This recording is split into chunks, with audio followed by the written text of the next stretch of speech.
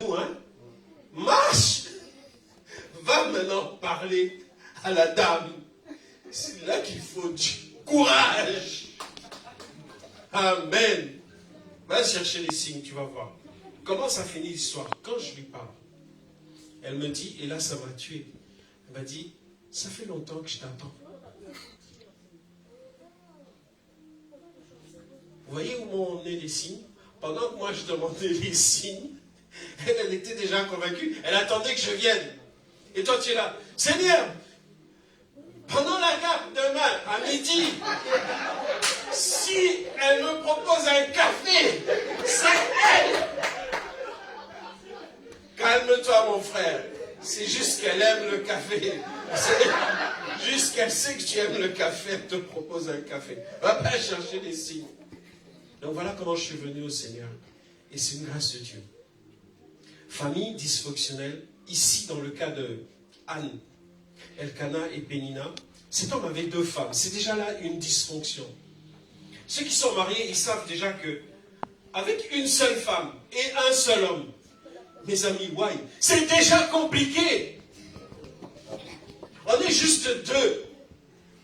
Laissez-moi vous donner une petite anecdote. On est juste 2. Moi, quand je me suis marié, j'avais 33 ans. Je vivais tout seul dans un T3. Franchement, j'étais tranquille. J'étais un gars bien.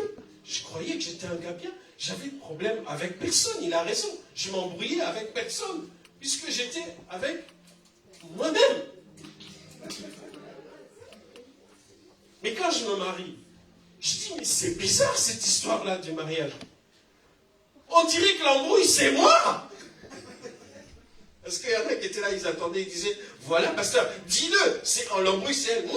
L'embrouille, c'est moi. Je me rends compte que je peux être l'embrouille aussi. Oh Jésus. Un jour, je me dis, juste comme on est jeune marié, là, je vais lui faire une surprise alors qu'elle dort encore. Je vais aller chercher des croissants. Comme ça, je vais mettre le petit déjeuner au lit. C'est romantique, les amis, n'est-ce pas? C'est trop beau. Je vais à la boulangerie. Mais comme il a dit, votre pasteur, je suis Patrick. On ne se refait pas. Je suis à la boulangerie, je parle à la boulangère, je parle au boulanger, je parle aux gars qui sont là, on discute. Je rencontre Arthur, je rencontre Kevin, tout ça, machin, avec mes pains au raisin, mes pains au chocolat, tout ça, etc. dans les mains. Et puis j'arrive à la maison. Elle me bénit. Elle me bénit. Toi, tu es là, tu es en train de dire, ah ouais, elle t'a béni. Elle a dit merci pour les croissants. Ouais, non! Tu étais où?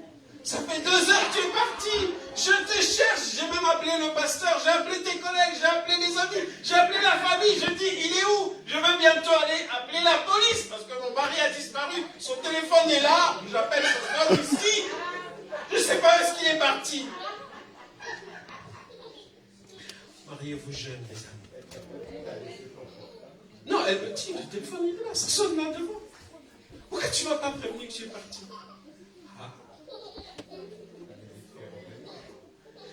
Une deuxième nuit, comme je dormais dans un T3, une nuit, quand je sors des toilettes, je dors dans ce lit. Une autre nuit, je dors dans l'autre chambre. Je suis tout seul, sans aucune incidence. Après le mariage, réflexe automatique, je dors dans un lit. Et là, en plein milieu de la nuit, Patrick, qu'est-ce que tu fais? Je dis, mais je dors. Pourquoi tu dors ici? Et là, la phrase, ici, le mot ici, ça pétait dans ma tête. Je dis, pourquoi elle dit ici? Ah mince, je ne suis pas dans le bon endroit. Famille dysfonctionnelle. Parce qu'en fait, le fonctionnement que tu avais célibataire, tu as pris des mauvaises habitudes, tu t'es assis dedans, tu t'es installé dedans. Donc il y a besoin de mise à jour. Et eux, ils étaient dans un, on appelle ça aujourd'hui les troubles. C'est plus couple parce qu'ils sont 2, c'est trouble parce qu'ils sont 3. Donc eux, ils croient qu'ils ont inventé un truc. Elkana, il avait déjà inventé le trouble. Il n'y a rien de nouveau sous le soleil. Il y avait de la jalousie. Cette femme-là, Pénina, elle regardait Anne, elle dit, mais comment ça se fait qu'elle, elle n'a pas d'enfant et c'est à elle qu'on donne une portion supplémentaire par rapport à moi? Comment ça se fait que moi j'ai des enfants, on me traite différemment d'elle? Et elle, Pénina, c'est un terme en hébreu qui veut dire, c'est comme quelque chose de rocailleux qu'on trouve dans l'eau et qui est capable de te blesser en fait. Et c'est ce qu'elle faisait avec Anne. Et vous pourrez retrouver dans le contexte familial des gens qui vous blessent, des gens qui sont là, qui vous disent des paroles rabaissantes. Moi je me rappelle de quelqu'un, un grand frère, un yaya comme on dit au Congo, il m'appelle et je décroche allô, il me dit, ouais, tu réponds jamais au téléphone, on t'appelle, tu ne décroches jamais, je raccroche, il rappelle, il dit, ouais, je raccroche, jusqu'à 4 fois. Et puis la 4e fois je décroche, il dit, mais tu me raccroches sur les 4 fois. Mais c'est pour que tu vois que je réponds 4 fois. 4 fois tu as appelé, 4 fois j'ai décroché. Donc tu vois que je décroche. Il a dit, mais tu ne devrais même pas être pasteur, toi, Voilà. Parce que dans son cœur, il y a des choses qui ne vont pas. Et certaines fois, je vais vous donner juste une image par rapport aux gens qui souffrent. Vous pouvez avoir un chat, un chaton, un chien, des animaux qui ont des coussinets sur les pattes. S'il a une épine dans un des coussinets, tant qu'il est au repos, il sera tranquille. Mais dès qu'on va lui demander de marcher, d'avancer, à chaque fois qu'il va appuyer sur le coussinet, c'est comme ceux qui ont l'épine calcanéenne, ça va faire mal. Parce qu'il y a une épine. Et toi, qu'est-ce que tu vas faire? Tu vas donner des coups de pied, tu vas le gronder, tu vas le pousser, tu vas dire, avance, avance. Mais c'est parce que j'avance que j'ai mal. Vous me suivez? Vas-y, prie. Mais quand il prie, il se rappelle que quand il avait prié par rapport à ce bouton qu'il y avait là, tout ça, il n'a pas reçu de réponse. Donc quand tu dis, viens à la réunion de prière, prie, ça fait mal. Parce qu'on appuie sur cette épine-là. C'est ça la famille. Le favoritisme, le harcèlement. Deuxième constat, on va aller plus vite. Anne, elle avait une douleur silencieuse. Elle ne disait pas à son mari, j'ai mal. Elle ne disait pas à Pénina, tu me fais mal. Mais dedans, elle pleurait, elle ne mangeait plus, elle était incomprise par son mari. Son mari qui lui dit, de façon maladroite, oh tu sais, je vaux pour toi plus que 10 fils. Mes amis, où tu es allé trouver un argument à 2 centimes d'euros comme ça? Comment tu peux dire à une femme stérile, moi je vaux pour toi plus que 10 fils? T'es qui toi? Il n'a pas compris la douleur de sa propre femme. Et des fois, il y a des gens qui ne vont pas comprendre ta propre douleur. Je pense à ce jour-là où on était avec Françoise, ma maman vient de décéder, on est là. Et il y a des gens qui veulent consoler, ils veulent essayer de dire quelque chose. Franchement, moi pour avoir traversé pas mal de périodes de deuil et pas mal de galères, je vais vous donner un conseil d'ami, c'est gratuit. Quand quelqu'un est dans la souffrance, allez juste vous asseoir à côté de la personne en lui disant, écoute, je suis là. Si tu as besoin, tu me demandes. C'est tout. Parce que des fois, on a des mots, vous ne pouvez pas savoir comment ça blesse. Moi, ma maman vient de partir. Il me dit, tu sais, elle est bien là où elle est. Elle est avec Jésus. Oh! Moi, je voulais qu'elle reste avec moi. Pourquoi toi, tu veux qu'elle aille avec Jésus? Bien sûr, je sais qu'elle est avec Jésus. Mais c'est ma mère. Je voulais encore qu'elle soit là avec moi. C'est mon père, c'est mon frère, c'est un ami. Et laissez-moi vous dire aujourd'hui, puisque c'est le cas, c'est mon chien. Moi, j'ai fait une boulette, j'étais stagiaire à Bordeaux. Mamie, elle m'appelle, ça va pas, il est mort. Hey. Je suis venu. Hey. Je dis, alors, qu'est-ce qui lui est arrivé? Bon, là, écrasé de se dire, on a écrasé votre fils. Qui disait, non, mon chien. Je dis, oui. Vous allez acheter un autre chien. Là, ce n'est pas le pasteur qui a répondu, c'est le Congolais qui avait répondu. Elle a appelé mon pasteur qui était mon formateur. Elle lui a dit, ce jeune-là, je veux plus le voir. Mon chien est mort, je l'appelle. Il me dit, vous allez acheter un autre chien. Je dis, non, il faut arranger ça. Je suis retourné m'excuser et puis essayer de comprendre. J'ai demandé des photos du chien, j'ai demandé tout ça, comment il faisait, s'il était où, sa caisse était où, tout ça, machin. J'ai appris. Et maintenant que depuis, 6 ans 6 ans, nous, à la maison, on a un chat. Conseil familial. On parle de la famille, là. Conseil familial. Jusqu'avant de venir à MLK, pendant plus de 50 ans, j'avais une phobie des rats et des rongeurs. Alors, quand je vous parle de la phobie, je sais que vous pensez à quelque chose, mais c'est pas ça. La phobie, c'est pas la peur. Quelqu'un qui a peur, il est là, il dit, c'est quoi cette image? Cette fille, elle fait quoi? C'est ça la peur. Et la phobie, moi j'en ai une qui m'est restée, c'est la seule qui m'est restée. C'est une certaine personne. On a enregistré peut-être, hein? Je ne sais pas si on a enregistré. Oui. Oui, mais je ne vais pas citer le nom. Il y a une chanteuse. Une chanteuse. Si, pendant que je suis en train de prêcher maintenant, elle rentre là, moi je vais aller m'asseoir à côté de toi. Et je vais te dire de la faire sortir. Ou alors je vais te dire de continuer de prêcher.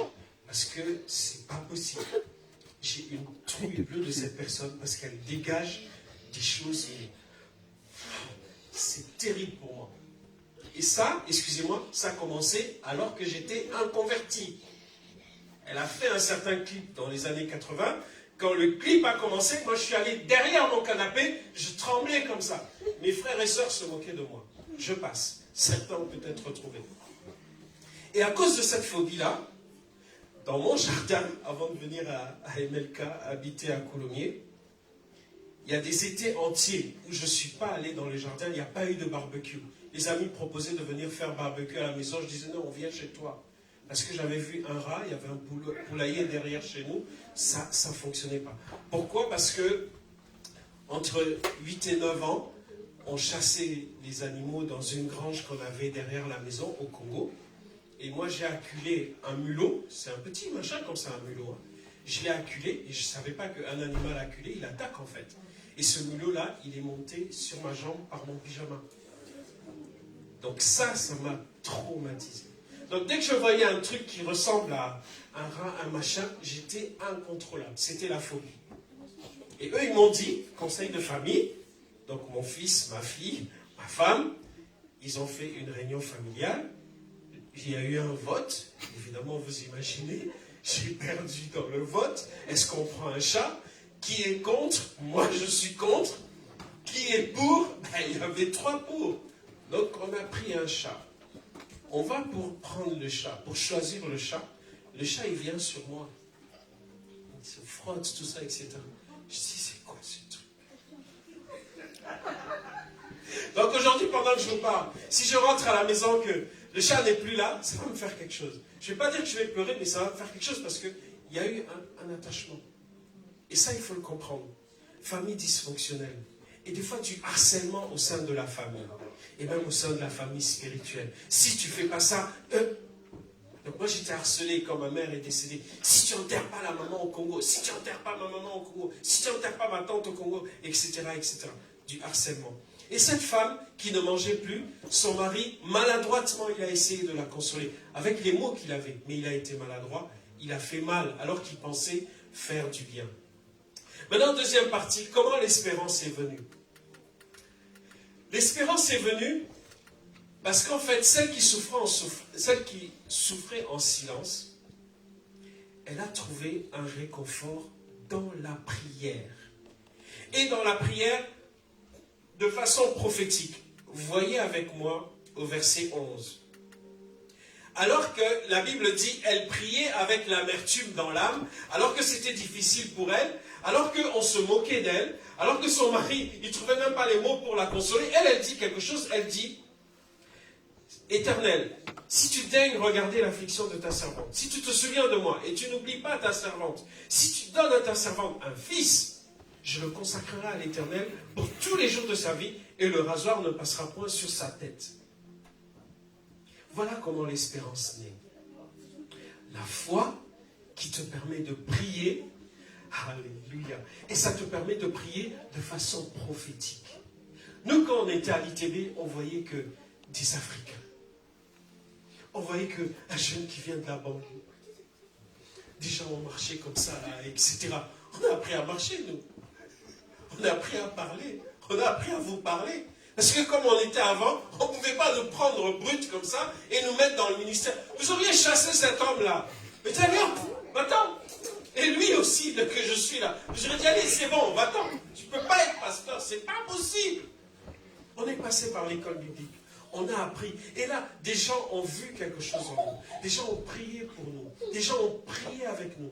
Des gens nous ont... Bien sûr, il a été sympa. Il a dit que moi, je le retenais, tout ça. Mais il y a des moments aussi. Il y a des moments aussi où il m'a retenu. Il a dit, c'est bon. Et des moments, après, dans le ministère, on s'appelait. Parce qu'on était comme ça, à trembler de dire, je prêche dimanche. Voilà mon message. Est-ce que tu te rappelles nos conversations, la longue et tout ça? De dire, Lys, voilà mon message. Je vais parler ça, ça. Qu'est-ce que tu penses? Est-ce que tu penses à un exemple? Est-ce que tu penses à un témoignage? Et la fois d'après, c'est lui qui m'appelle. Il dit, Patrick, est-ce que, là, comment tu vois? Est-ce que je peux aborder ça comme ça ou comme ça? C'est là qu'on apprend. Parce qu'une espérance est là. On sait ce que Dieu est capable de faire et on se dit, Seigneur, je me projette vers ces choses. Je veux les saisir. Et la foi, c'est ça. Anne, elle ne sait pas si elle est capable d'avoir un enfant. Elle ne sait pas si elle est capable d'avoir un fils ou une fille. C'est 50-50, tu me diras, quand tu fais les statistiques, ok. Mais elle dit, le fils là, je vais le consacrer. Si Anne avait eu une fille, il se serait passé quoi? Mais Dieu est bon, elle a eu un fils. Elle a prié de façon prophétique. L'espérance fait que, en deuxième lieu, elle consacre ce fils à Dieu. Elle dit, si j'ai un fils, je veux le consacrer à toi, pour qu'il te serve. Il sera toujours dans ta maison. Maintenant, je comprends que aujourd'hui, l'ASE, l'aide sociale à l'enfance, s'ils apprennent que celle-là qui était stérile, elle a fait toutes sortes d'examens, tout ça remboursé par la sécurité sociale. Elle arrive, elle a un enfant, et cette femme, elle dit, j'ai donné l'enfant à l'église source de Siloé. L'enfant, il habite là-bas. C'est le pasteur qui s'occupe de lui là-bas. Il dort même pas chez les mendis. Il dort même pas chez les mendis. Il dort dans l'église. Avec le pasteur. On est dans un autre contexte, les amis. Et on en parlera dans l'application. Pour nous, ça veut dire autre chose. Elle consacre son fils avant même de l'avoir eu. Est-ce que vous comprenez comment on peut se projeter dans la famille? Autre témoignage, puisqu'on parle de la famille. Nous, on a entre 14 et 15 ans, et on est tellement ambitieux avec des amis d'enfance, avec qui on est encore en contact aujourd'hui, et on se fait un... Comment je vais dire ça? C'est comme un deal qu'on fait entre nous. On était trois, donc il y a moi, Patrick, il y a Serge et il y a Yves. On est tous les trois et on se dit, dans 20 ans, qu'est-ce qui se passe dans notre vie qui sera valable dans 20 ans? Écoutez bien. Yves, comme d'habitude, il est le premier à parler, il se lance. Il dit, moi, je me vois vivre aux États-Unis, faire des études aux États-Unis et devenir ingénieur civil. Yves a fait ses études à Miami, il est ingénieur civil de l'État de Floride et il vit actuellement à Kinshasa. C'est fait, il a coché. Serge, qu'est-ce que tu fais dans 20 ans? Il dit, moi, dans 20 ans, je me vois marié et à mon mariage, un de vous deux sera mon témoin de mariage. En 97, Serge se marie avec Marie-Eugénie en Belgique, à Bruxelles, et c'est moi qui suis son témoin de mariage. La case est cochée. Il allait dire, alors pasteur, toi, qu'est-ce que tu avais dit? Tu as dit un truc de dingue. Moi j'ai dit, moi dans 20 ans, je me vois avoir une fille aînée, et je l'appellerai Tina. Pourquoi j'ai dit ça? Il se trouve que quand madame est tombée enceinte, c'était pas une fille, c'était un garçon, et on l'a appelé Lucas. Et quand elle est retombée enceinte, c'était une fille, et on l'a appelée, et voilà. Ça veut dire qu'à un moment donné, ce vers quoi tu veux aller. La foi, c'est la ferme assurance des choses qu'on espère, qui devient la démonstration des choses qu'on ne voit pas. Pour qu'elle devienne démonstration, il faut faire le pas. Donc cette femme, qu'est-ce qu'elle fait? Elle va, elle prie, elle consacre, elle dit des choses à Dieu, elle déclare des choses à Dieu, elle déverse son cœur et elle dit, Seigneur, si tu le fais, moi je m'engage déjà. C'est pas qu'elle attend ce que Dieu va faire pour agir et pour se positionner. C'est ça la foi. C'est Noé qui est en train de construire l'arche. Aujourd'hui, j'imagine les gens qui viendraient l'acheter Noé sur son chantier gigantesque. Voilà, je suis sur le mont là, regardez. Oui, c'est monsieur Noé. Mais ça fait 10 jours avec son machin là qui flotte. Regardez, il n'y a même pas de pluie ici, il n'y a même pas de fleuve. Il est en train de construire une arche. Ils auraient vu Moïse en lui disant, mais Moïse, tu veux faire sortir 2 millions de personnes dans le désert et avec des animaux? Est-ce que tu as prévu les maternités? Tu as prévu les écoles? Tu as prévu des vétérinaires? Parce que les animaux, ils vont mettre bas. Qui va faire... Mais vous connaissez les aquariums? Vous êtes déjà allé dans les aquariums, là, tout ça? Invention humaine, hein? Jamais. C'est Dieu qui a inventé l'aquarium. Lisez la Bible, Exode. Il a ouvert, on a chanté, il a ouvert la mer en deux, et la Bible nous dit, il y avait un mur d'eau à gauche et un mur d'eau, et les poissons, ils étaient où? Dans le mur d'eau. Ça s'appelle comment? Eh ben voilà. Elle déverse son cœur devant Dieu, et elle dit, Seigneur, voilà ce qui va se passer. Pour nos familles, je vais vers l'application maintenant. Pour nos familles, réalisons que même dans les familles blessées, même dans les familles fracassées, Dieu entend les prières et il se souvient. Parce que je vous ai parlé de la vie que je menais, et alors que je menais une vie qui n'était pas jolie, que je rentrais à des heures incroyables à la maison.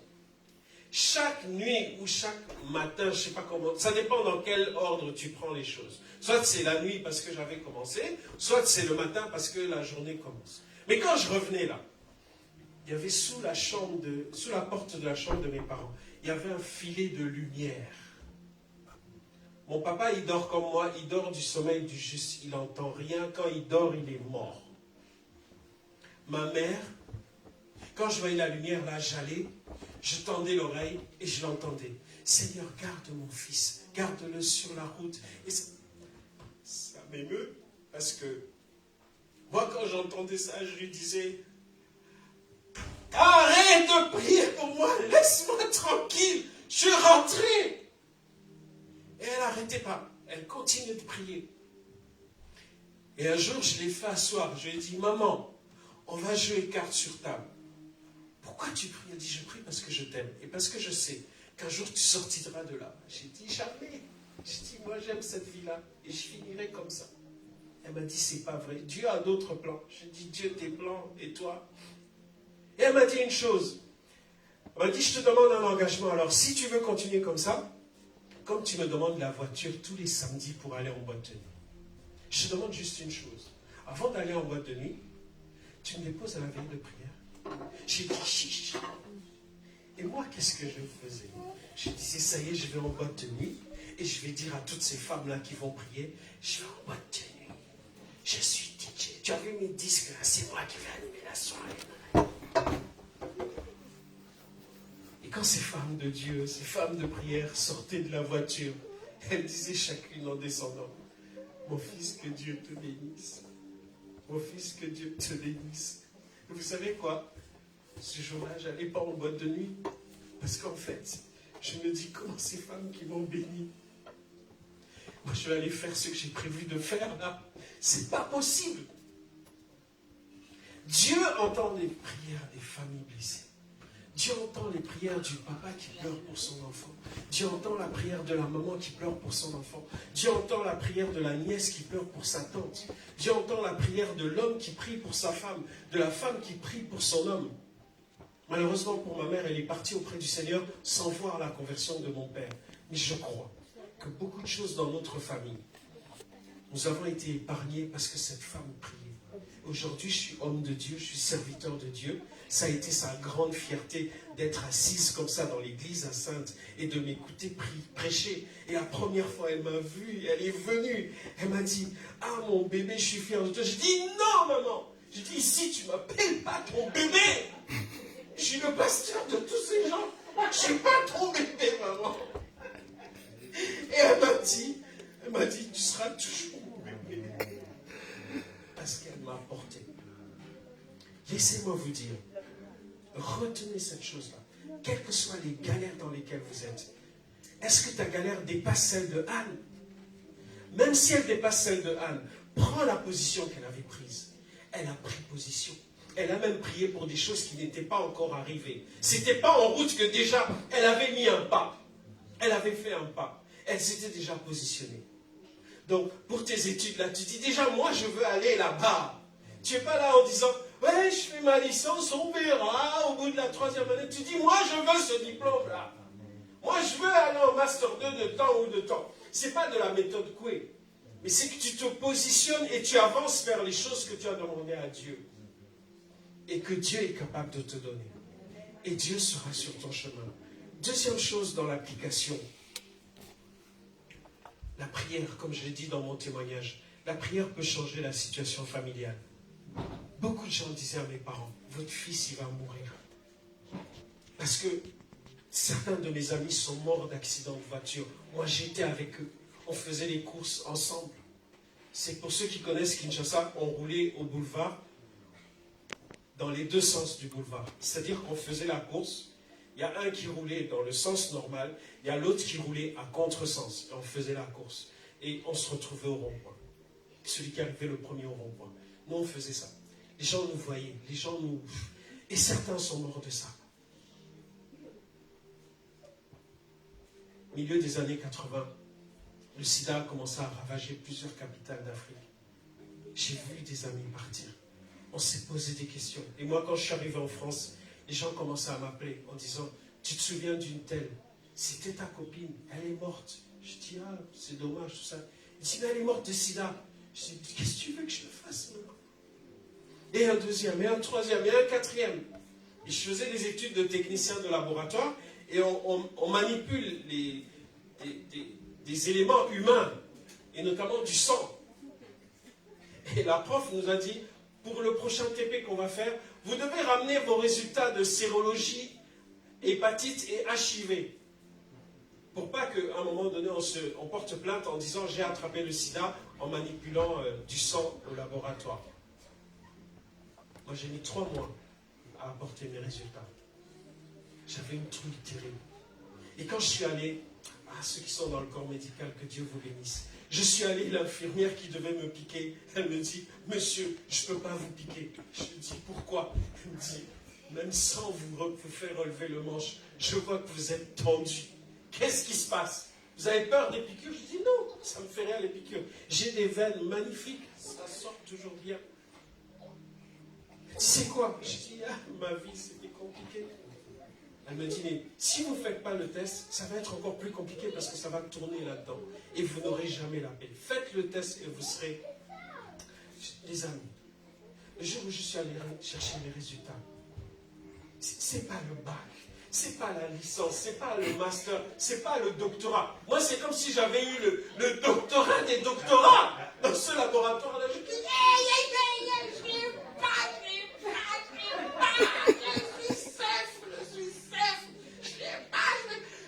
mourir de ça. Et comme vous me connaissez maintenant, j'ai appelé les 5 là qui m'avaient appelé. J'ai dit, tu veux que je t'envoie la preuve de mon résultat négatif? Tu regardes là comme ça là. Je n'ai pas. La prière peut transformer des situations. Même quand il n'y a pas d'espoir. Anne, elle n'avait pas d'espoir. Elle n'avait pas d'enfant. La Bible dit l'Éternel l'avait rendue stérile. Ce n'était pas Dieu qui l'avait rendue stérile. Dieu avait permis qu'elle soit stérile.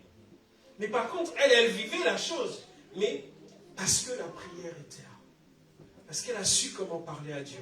Parce qu'elle a su comment se positionner avec les autres. Ça a changé. La Bible nous dit que cette femme a mangé. Et on en parlera demain. Quand elle a mangé, son visage n'était plus le même. Il y a quelque chose qui a été changé. Et laisse-moi te dire que c'est de ça, c'est cette mentalité-là que Dieu attend de toi, de nous, par rapport à nos familles. Françoise, elle le sait, j'ai partagé aussi avec votre pasteur. Notre situation familiale actuellement, elle est très compliquée. Mais nous, on s'est positionné devant Dieu. Et on a dit, Seigneur, on ne laissera pas passer ça. On va se battre. Et qu'est-ce que Dieu fait? La peur a changé de camp. On a eu des menaces et tout ça. La peur a changé de camp. Maintenant, il s'agit de remettre sa famille à Dieu. Il s'agit de consacrer ses enfants à Dieu. Parce que quand on n'est pas parent, on fait plein de plans sur les comètes. Moi, un de mes plans, et quand j'ai parlé de ça avec Françoise, elle m'a ramené sur terre direct. Elle est ma force d'attraction terrestre. Quand je commence à monter là comme les lions, boum, tu reviens sur la terre. Moi, j'ai dit, tu vois, les gens là, avec la pédophilie, avec le harcèlement, tout ça, mes enfants, ils n'iront jamais dans une école maternelle, ils n'iront jamais dans l'école, tout ça. Et puis elle me dit, ok chérie, alors c'est toi qui vas leur faire l'école à la maison. Hein? L'école à la maison? Ah non, c'est compliqué. Mon fils, il arrive au collège. Elle me dit, il faut qu'on lui donne la clé pour qu'il aille au collège et qu'il revienne quand nous, on n'est pas là. J'ai dit, ok, ça va. Oui, Lucas, tiens, la clé. Quand tu reviens de l'école, tu rentres. Comme Dieu est bon avec moi, 4 ans plus tard, sa sœur, elle rentre au collège. Et ma femme, elle dit, il faut donner la clé de la maison à Dina quand elle revient du collège. Ah, les amis, non, on ne parle pas de la même chose. Hein. Maman, pasteur Emma, tu ne peux pas comprendre, tu n'as pas de fille. Laissez-moi vous dire, les amis, ta fille, elle rentre du collège. Le monsieur là, il la met dans une camionnette. On ne retrouve pas ma fille. Vous comprenez ce qui se passe dans ma tête? Si vous connaissez quelqu'un qui est parano, moi je suis son master chef. Je suis vraiment parano. Et ma femme, elle m'a calmé. Elle a dit, chérie, si tu ne veux pas donner les clés de la maison à Dina, mais il faut que tu ailles la chercher. Ou il faut que tu sois à la maison quand elle revient du collège. Ah oui. Mais Dina a eu les clés. Vous savez comment tu sais que tu es guéri? Vous savez comment tu sais que tu es guéri? Je suis avec vous à Gisors, n'est-ce pas? Dina, elle n'est pas restée à Coulommiers. Dina, elle est partie à Créteil faire une veillée hier. Hier, les amis. Et moi, je suis avec vous. Ici. Et tout à l'heure, quand on était à l'hôtel, elle a appelé, elle a dit, je suis dans le train. Le train s'est arrêté. On a dit qu'il ne part plus. Il y aura un autre train. Je dis, Jésus, tu es en train de me tenter là, que je prêche ce soir, moi. Et que je prêche encore demain. Je ne veux pas dire à Lys, écoute, tu prêches ce soir et demain, parce que moi je dois retourner, je dois aller chercher ma fille à la gare de Morsan. Mais non, je ne peux pas lui faire ça. Et d'ailleurs, la capitaine en chef, elle n'aurait pas laissé faire ça. Donc je suis resté tranquille. Elle parlait avec sa maman. Et tout à l'heure, pendant la réunion, là, pendant que tu parlais, elle a envoyé un message. Je suis arrivé. Mais mon cœur a été en paix tout le long. Je suis guéri. Donc si toi tu es inquiet pour ta famille, tu peux guérir. Tu peux être restauré. Tu peux prier pour ta famille. Prie jusqu'à... comme Anne. Donc l'intensité de sa prière était que les mots ne sortaient même plus. Vous réalisez ce genre de prière? Certains d'entre nous là, on l'a fait ces prières. Nous avec Françoise, on sourit beaucoup comme le pasteur l'a dit, mais on en a bavé des amis. À un moment donné, on en a tellement bavé qu'on pouvait nous suivre à la trace. Il connaît les histoires, des histoires de fous. Tu es là comme ça, tu dis, mais je donne un exemple. On part en vacances dans la famille de ma femme à Lyon. Nous, on habite à Bordeaux. La voiture tombe en panne. La voiture est réparée. Mais sauf que moi, je suis obligé de rentrer travailler. Donc, ma femme et mon fils, c'est ça. Il était bébé. Ils sont dans la voiture. il s'arrête à une heure de repos. La nuit, s'il vous plaît, la nuit. Hein? Et il y avait la nièce de Françoise avec son compagnon qui les suivait. En pleine nuit, alors qu'elle revient vers la voiture, il y a deux personnes qui leur disent, Madame, votre voiture a un problème, il y a cette pièce-là qui est tombée de votre voiture. Le pneu peut se dévisser de la voiture. Les amis, c'est la nuit. Comment tu as vu le boulon qui est tombé là? T'es qui toi? T'es qui? Comment tu l'as vu? Dieu a dépêché quelqu'un. Je ne sais pas si c'était un ange ou qui, on ne sait pas aujourd'hui c'est qui ces personnes-là, mais elles ont vu en pleine nuit. Vas-y, sors tout à l'heure, regarde une pièce qui est tombée sous ta voiture et qu'on en reparle ensemble. Vas-y, tout à l'heure, sors. Dieu est capable de faire des choses comme ça. Alors que je veux te laisser le temps de poser quelques 2-3 questions. Déjà dans ton cœur, commence à préparer. Seigneur, qu'est-ce que je vais recommander? Quelle personne je vais recommander concernant la situation de ma famille? Parce que je crois que dans vos familles, vous avez des gens comme moi dans la famille. C'est qu'il y en a quand ils appellent, ton cœur s'ouvre, tu es content. Tu sais que ça va être beau, ça va être joyeux, ça va être encourageant. Tu vas repartir avec du peps. Il y a un cousin qui m'a appelé tout à l'heure alors qu'on descendait avec le pasteur vers l'hôtel. Je dis, ouais, je suis à Gisors, il y a la mission. Il dit, ouais, super, que le Seigneur te bénisse. Et puis, il faut que tu aies de l'énergie, il faut que tu les encourages, tout ça, etc. etc. Il y a Guy. Et là, tu dis, waouh, c'est bon. Et il y en a d'autres. Quand tu vois le nom comme ça, tu dis, hey, qu'est-ce que j'ai fait encore? Ou alors tu dis, hey, qu'est-ce que je vais prendre encore? Parce que tu sais que tu vas prendre cher. Mais même pour cela, Dieu nous demande de les aimer. Envoyé spécial, on les aime.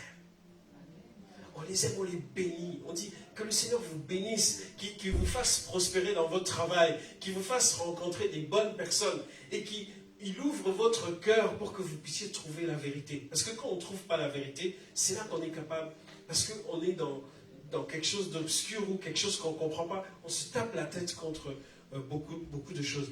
Et certaines personnes de notre famille doivent trouver ça aussi. Qu'est-ce qui se passe dans ta famille et comment est-ce que tu veux que le Seigneur agisse? Tout à l'heure, quand j'aurai pris quelques questions, on va se lever ensemble et on va présenter ces situations, ces personnes à Dieu, et même dans l'Église aussi. Nous sommes aussi une famille dans l'Église. Et tout ce que j'ai dit sur la famille biologique, etc., c'est valable aussi pour nous en tant que famille spirituelle à l'Église. Voilà ce que je voulais partager avec vous. Alors, dans ce que j'ai partagé là, est-ce qu'il y a des questions, des choses que vous voulez que je précise ou quelque chose qui t'a touché, un commentaire que tu voulais faire?